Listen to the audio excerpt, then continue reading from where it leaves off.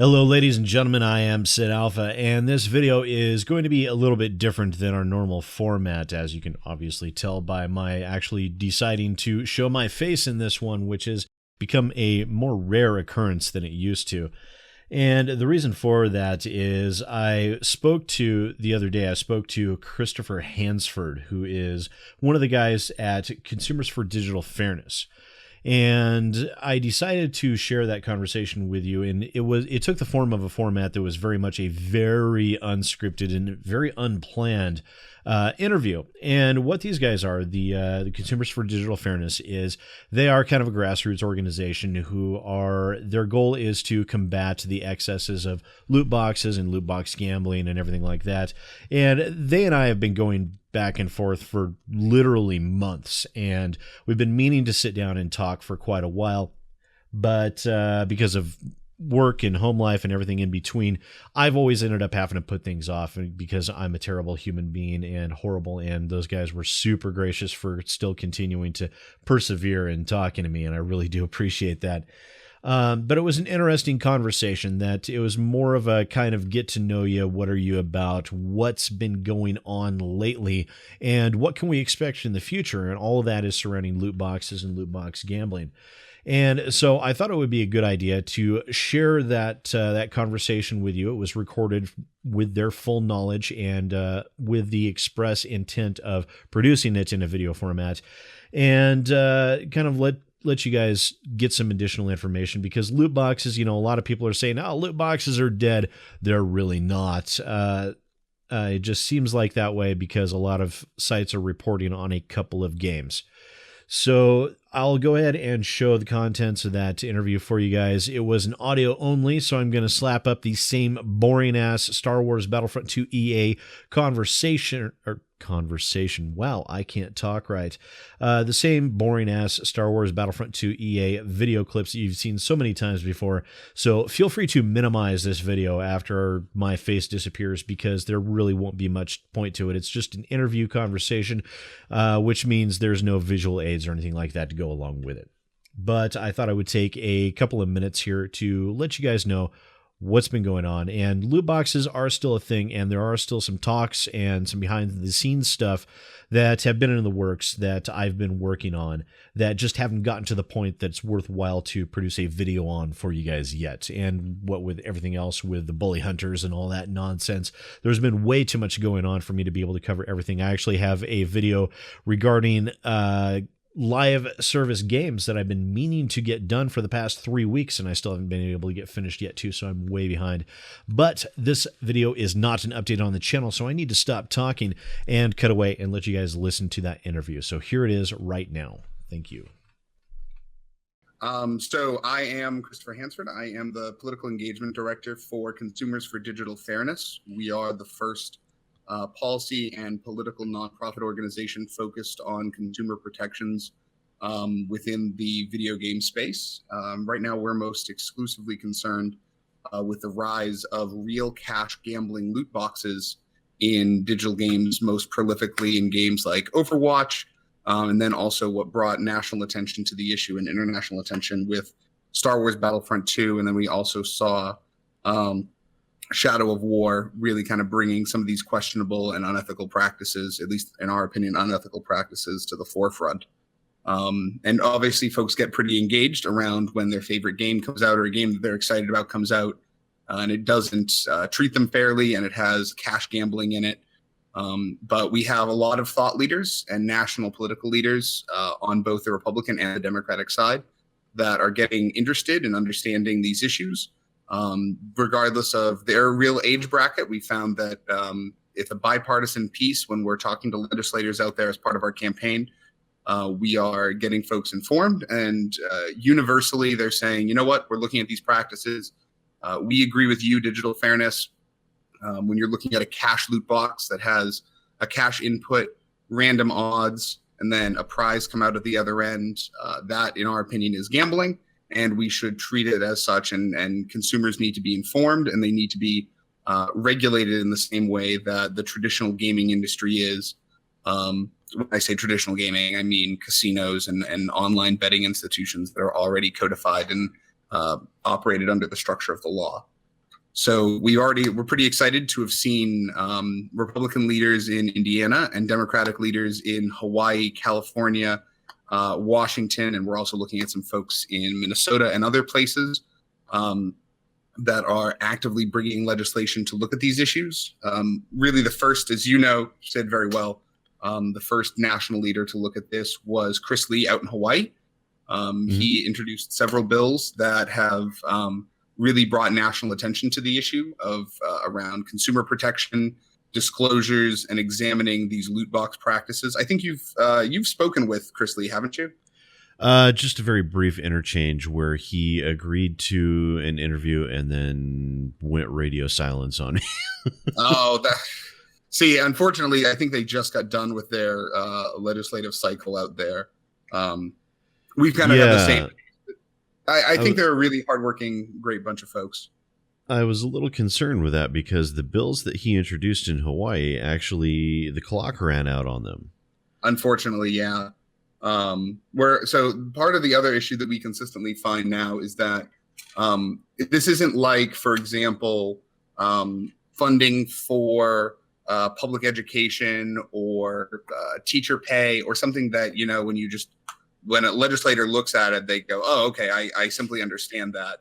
This core issue requires education, because when you have parents or legislators saying, oh, well, what's a loot box? I need to explain to them, and you need to work with them to get their understanding and meet them where they are. They might not understand video games entirely. They might not understand that video games are online now, or that there is a lot of interaction and what a microtransaction is.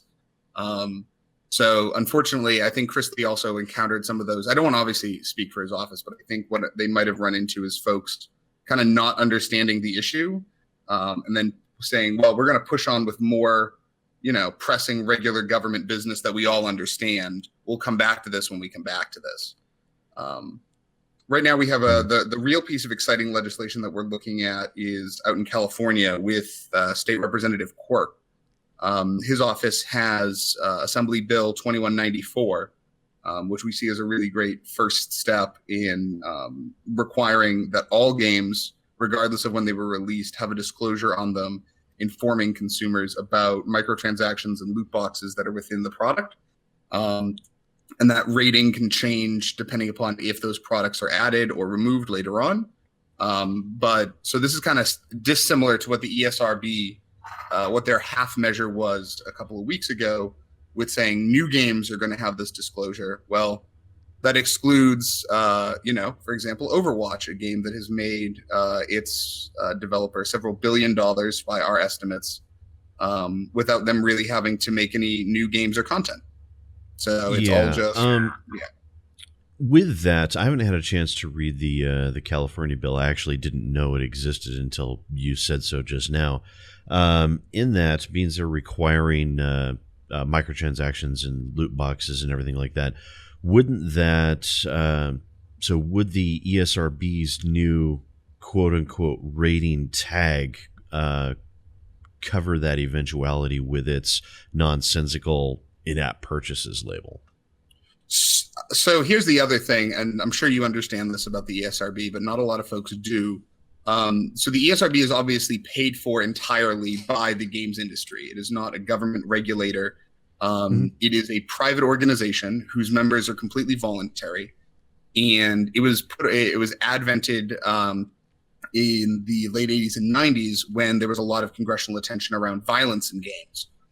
Where people had the very mistaken belief that violence in games causes school shootings and other complete red herrings.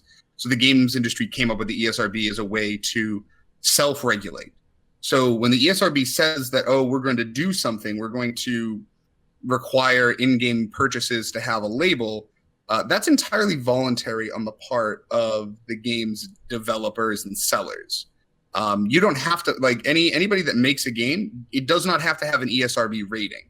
When you go on Steam or a digital platform, those games don't necessarily have a rating. They might be rated by the platform themselves, but anybody that participates with the ESRB, it's entirely voluntary, and their rules and requirements have zero actual compulsion on the part of the provider. So hypothetically, you could see somebody like Activision Blizzard say, you know what, we don't want to put that label on Overwatch. Have a good one. We're just going to continue doing what we're doing.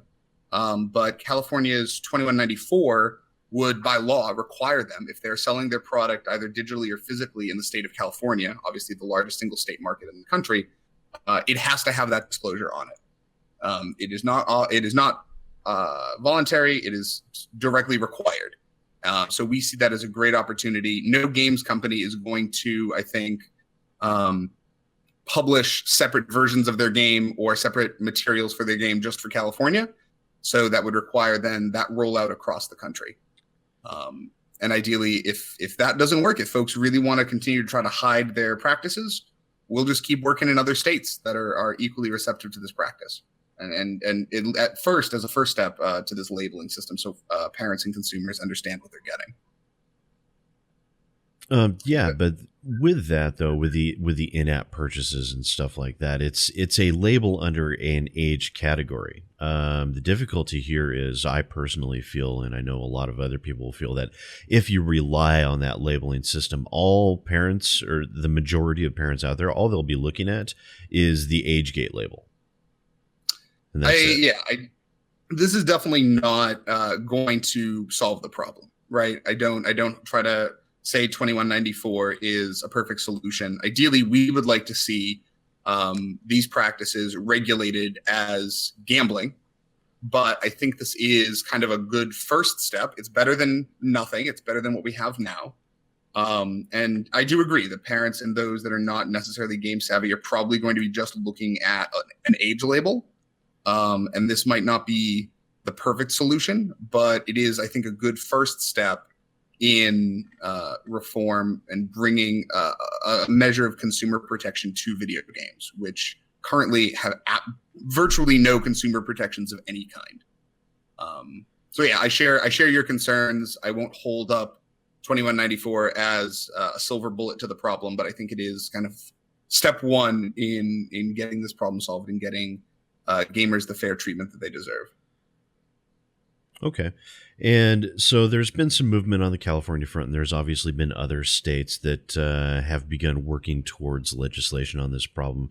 Have there been any new states aside from California over the course of the past few weeks that have begun opening dialogue or begun looking into the issue that we might not necessarily be aware of?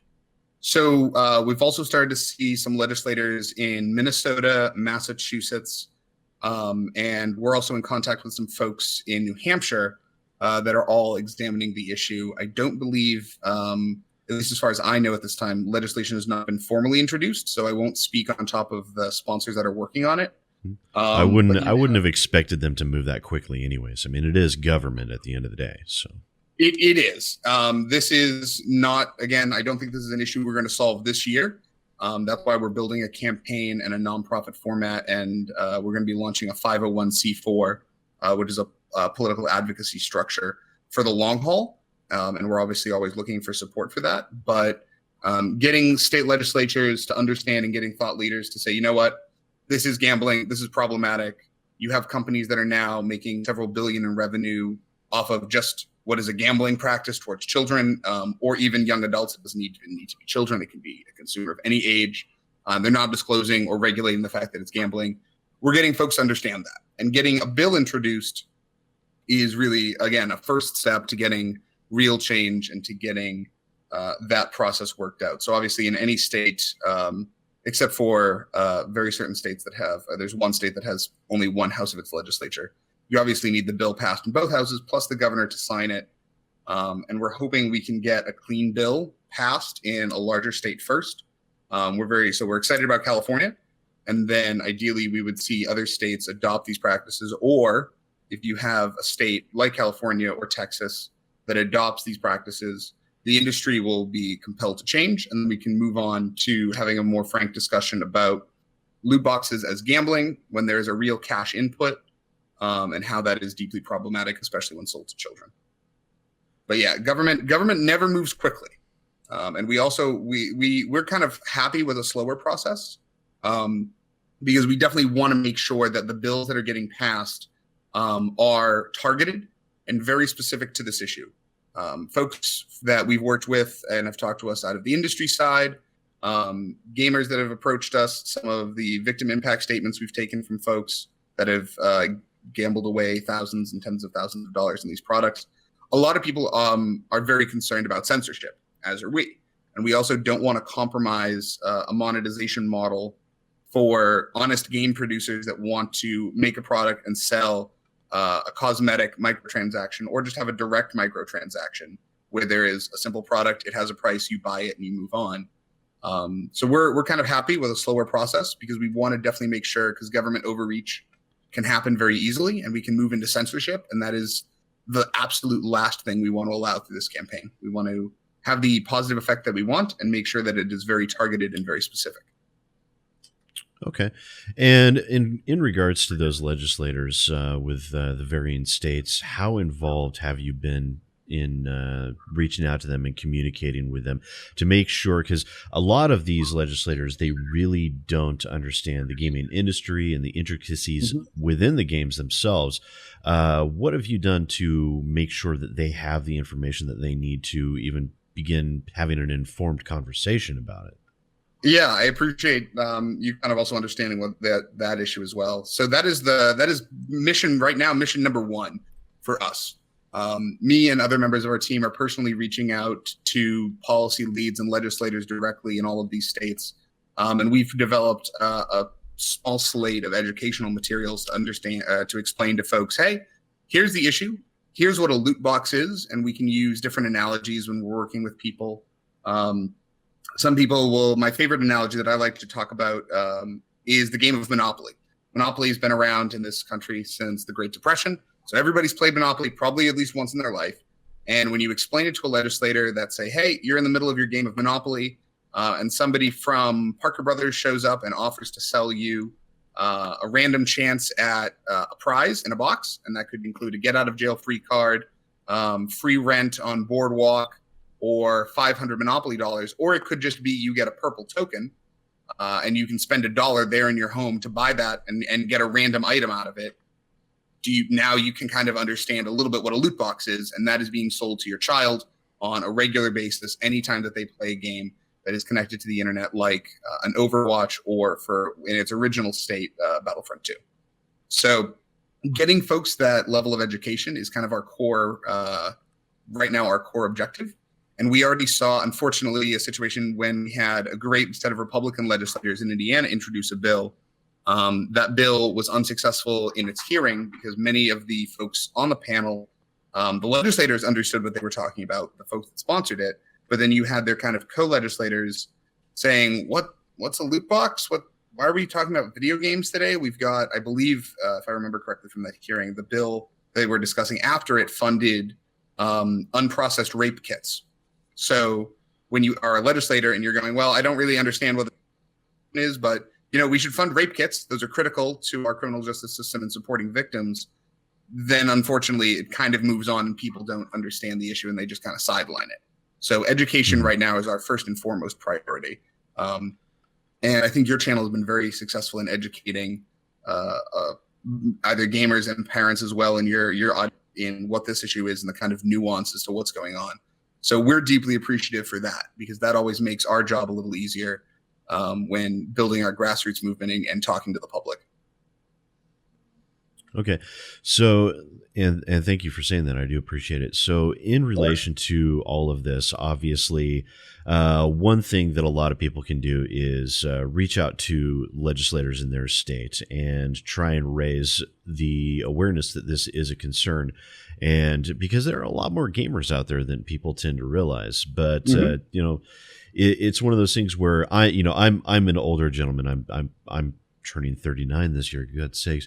Congratulations! Yeah, people that are like much older than me, like a decade, even a decade or so older than me, you start getting into that age threshold where they don't really fully understand the technology because they didn't grow up with it. They didn't have it in their formative years, and so their brains are kind of trained to think a different way, and that's one of those things where with even regular adults as opposed to middle age or later adulthood, and younger adults, we are much more familiar with the concepts of these technologies, if I can get my mouth to work right, because we did grow up with them. We grew up with them as being part of our lives during those formative years.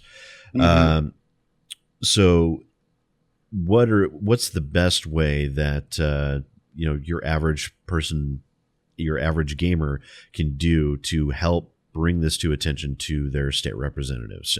What can they do to help promote the conversation, to try and get their government involved and try and get a lid on loot boxes before? Because I know the gaming industry is kind of backing off of them right now, but that's just for right now. Exactly. And we know from evidence well into the past 20 plus years of the gaming industry, they will come back stronger than ever and bigger than ever before. And so we can't take this as a relaxation or a cessation of hostilities, if you were, but we do need to take advantage of this opportunity to push forward. So we're going to be having our first National Call Your Legislator Day next month. And that's going to include getting folks connected to who their state representative is. That's not your federal representative. It's this person that specifically represents your hometown and regional area in your state's legislature. And if you want to engage before that, we always recommend that folks can use some of our materials. We're going to be adding those to our social media and our website soon. They're informational one-pagers that allow really anyone to understand what a loot box is and what the problem is. But the most successful way to engage your state legislature is picking up the phone. I know that I'm 27, so it's not necessarily the thing that folks in my generation always want to do, but it is picking up the phone and calling your local representative. You will always talk to a human being if it's during business hours in that office. Tell them you are from the district. They will record your conversation with them and make very specific note of it, and your legislator will be informed on a weekly basis, sometimes daily, depending upon their interest level, of who has called them from their district, their direct constituent, and why they called. That is not something that is ignored. No politician will blanketly ignore conversations that are coming from the people that vote for them. So when you engage your legislator and you can raise the issue with our materials of, hey, I'm calling you, I'm concerned about gambling loot boxes in commercial video games and gambling products being sold to children. Oh, you don't know what that is? What's your office email? We will send you a great informational one-pager provided by Consumers for Digital Fairness. What are you doing about this? And we'd like you to do something. That conversation, you get 5, 10, 15 people from a district calling their legislator. That is going to be assigned now to somebody to research that topic and explain to the legislator what it is and why they have consumers calling them. You have a real opportunity and a threshold, I think, for engagement on a state level that you don't get at the federal level.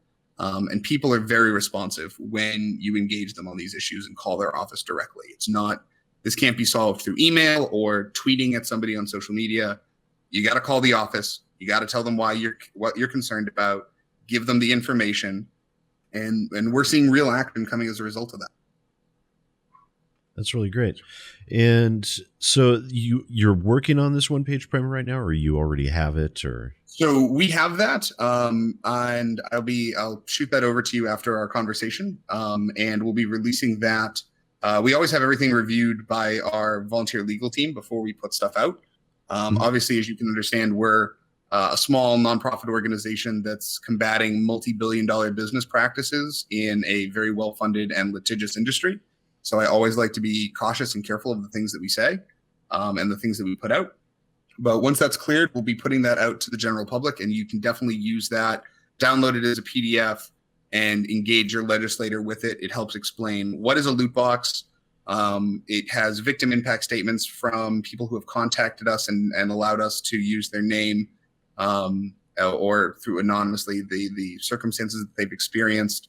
And these are people of all ages and backgrounds that have lost hundreds to thousands to tens of thousands of dollars by gambling on different kinds of loot boxes on different platforms. So it explains the issue, explains the impact, and it helps call on your legislator to actually get legislation passed, work with those who have already sponsored something in your state, and bring real change. And I think that is the way that we will see success in this campaign. Okay, great.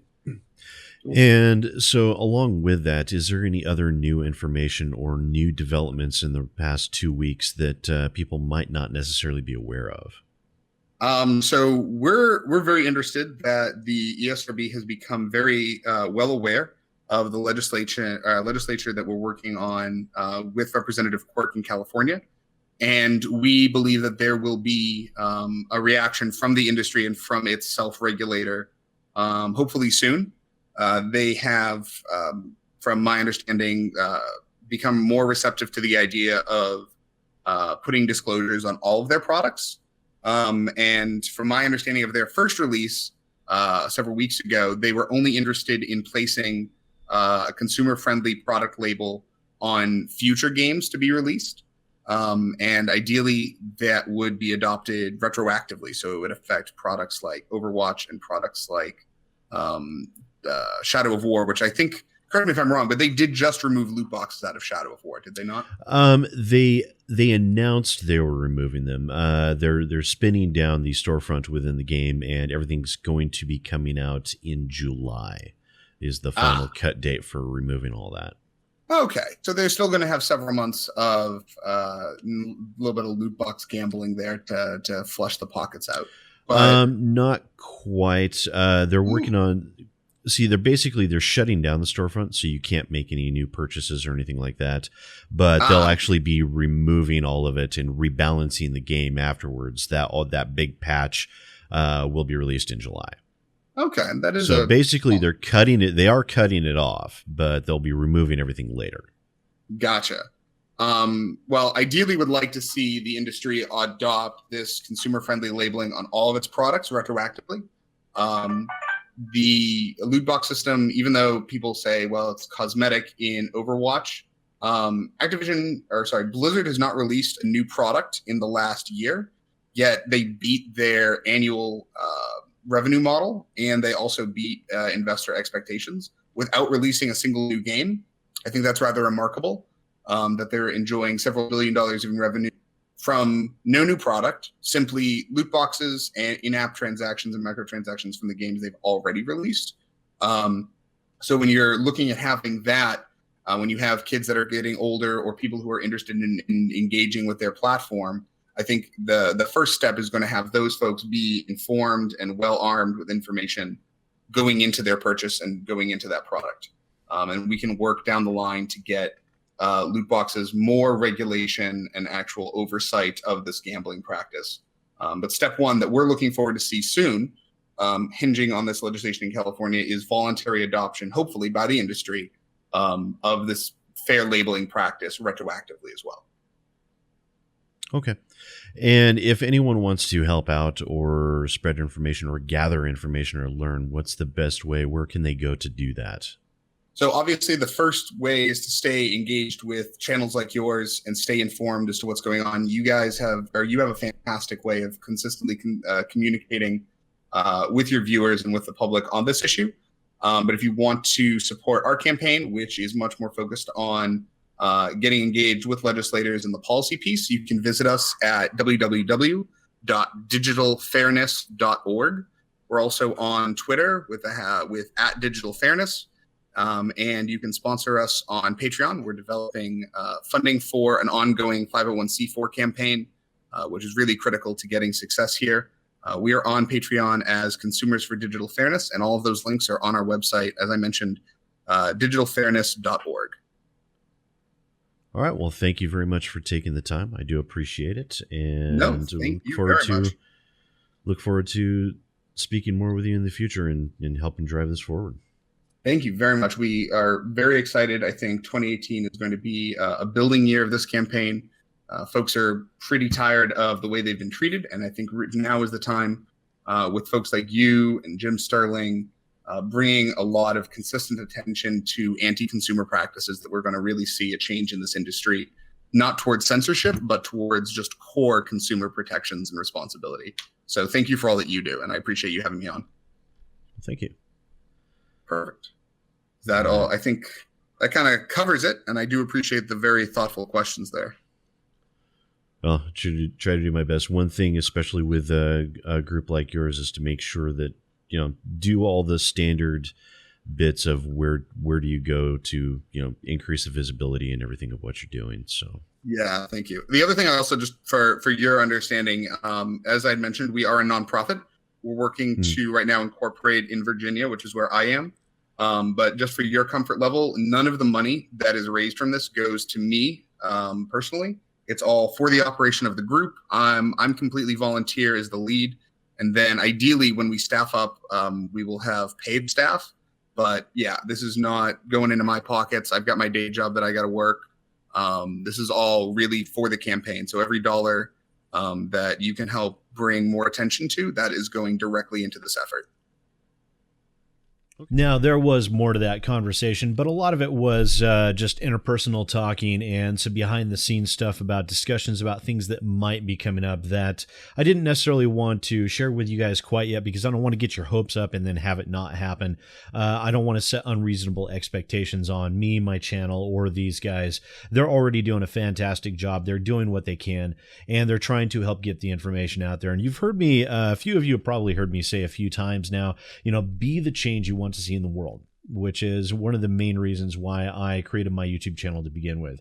And I see that in these guys. I see that with people like these guys that are passionate about trying to stop what is realistically an injustice in the gaming community. And it is something that we absolutely should be fighting against. I know a lot of people think that, they're not that bad, but there is a lot of aspects to loot boxes and loot box gambling and the entire monetization scheme behind them that is exceptionally predatory, and that predatory nature is what they're fighting against, and it's what I've been attempting to combat on my channel.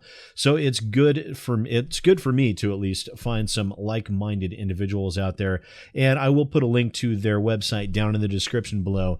And I really appreciate it with whoever managed to stick around for this exceptionally long video all the way to the end.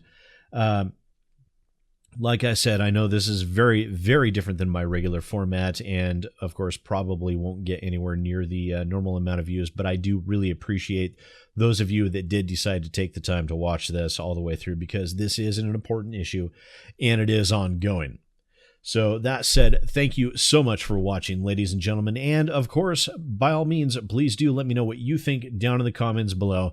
A lot of people say, yeah, you might read this, you might not. Chances are, if you comment on my video, I do read it. It's only on the videos where I end up getting like 2,000-3,000 comments in a video, to where it's a hard time reading them all. But, most of my videos, I do actually manage to read all the comments. So if you say something down there, it's a very high likelihood that I will see it. Even if I don't respond, chances are I do see it. So by all means, please do let me know what you think, because I do like including you guys. I like having you be part of the conversation. But once again, ladies and gentlemen, I am SidAlpha, and I'll see you next time.